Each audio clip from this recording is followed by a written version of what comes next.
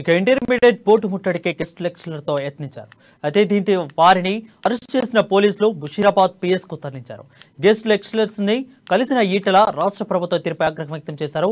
సీఎంకు ఓట్లు సీట్లు తప్ప అధ్యాపకుల కన్నీళ్లు కనపడటం లేదని అన్నారు. హైకోర్టు తీర్పును రేపటి నుంచి అమలు చేయాలని ఈటల డిమాండ్ చేశారు.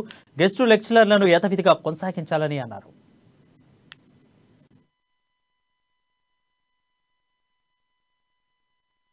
విద్యార్థులకు పాఠాలు చెప్పాల్సినటువంటి గురువులు, గెస్ట్ లెక్చరర్లు ఇవాళ రోడ్ల పడడమే కాకుండా హైకోర్టు ఇచ్చిన ఆదేశాలను అమలు చేయండి, ప్రతి సంవత్సరం ఎట్లయితే ఆటోమేటిక్గా రెన్యువల్ చేస్తారో మా సర్వీసులు రెన్యువల్ చేయమని చెప్పి వాళ్ళు ఇంటర్మీడియట్ ముందు ధర్నా చేస్తే ఇవాళ అకారణంగా అరెస్ట్ చేసి ఒక్క పోలీస్ స్టేషన్లో ఉంటే వీళ్ళు ఐక్యంగా ఉంటారు, మళ్ళీ నినాదాలు ఇస్తారు, గవర్నమెంట్కి వ్యతిరేకంగా మాట్లాడతారని చెప్పి చెట్టుకొకరు చేయాలి, పుట్టకొకరు ఉంచాలని చెప్పి అనేక పోలీస్ స్టేషన్లలో వాళ్ళని పెట్టింది. నేను ఒకటే ముఖ్యమంత్రిగా అడుగుతా ఉన్నా, కాంట్రాక్ట్ వ్యవస్థ ఉండదని, అవుట్ సోర్సింగ్ వ్యవస్థ వినకూడదని చెప్పి ఏ ప్రగల్భాలైతే పలికినవో, కాంట్రాక్ట్ దేవుడెరుగు, అవుట్ సోర్సింగ్ దేవుడెరుగు, కానీ వాళ్ళ గెస్ట్ లెక్చరర్ స్థాయికి దిగజారిపోయింది.